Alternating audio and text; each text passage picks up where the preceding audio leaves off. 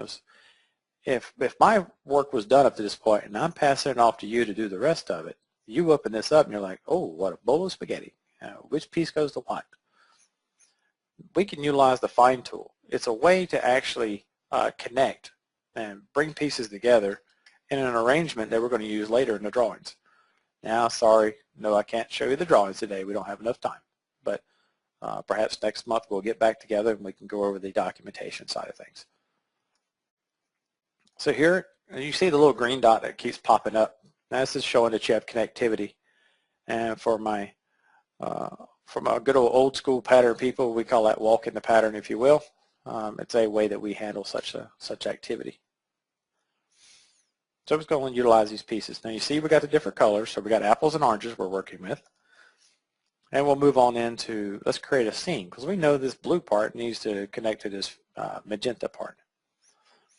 Stretch this out here a bit. And again, leveraging the parametrics, I'm going to turn on auto add mate. And so what that's going to allow me to do, let me zoom in, make life a little easier for everybody.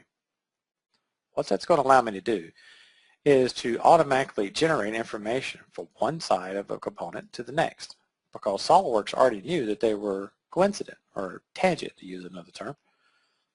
And so we're going to leverage that. And we get a green dot and a red dot, tells us start and stop, or beginning and end. We'll scroll on down through our interface here, and then ta-da! Remember that last database interface I pulled up? Well, here it is again.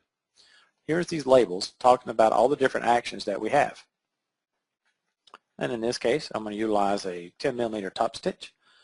So we're going to grow the net patterns. And that's one of the things that's unique. You don't have to model all the small, intricate detail information in the 3D side. You know, modeling a seam or a zipper or something of that nature, not that you don't have the skills, I'm not challenging that. I'm just saying, why would you take the time to do it? You know, so we're creating a mechanical drawing here that we can just utilize the additional information in the flat pattern. And we're going to utilize what's called a notch, a tick mark, a way to actually create markers from one component to the next, whether you're sewing them together or welding them, you know, through an RF system or different functionality. And just for demonstration purposes, I'm going to put a unique identifier on the first part, and I'm telling you the length of the line, 222.72 millimeters. We keep up with this information throughout the model because this is how we start calculating our cost.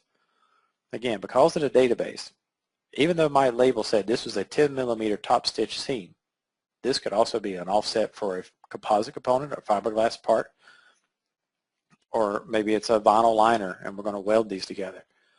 We keep up with this data and we can associate machine actions with this information, and this is one of the ways that we actually roll up the cost.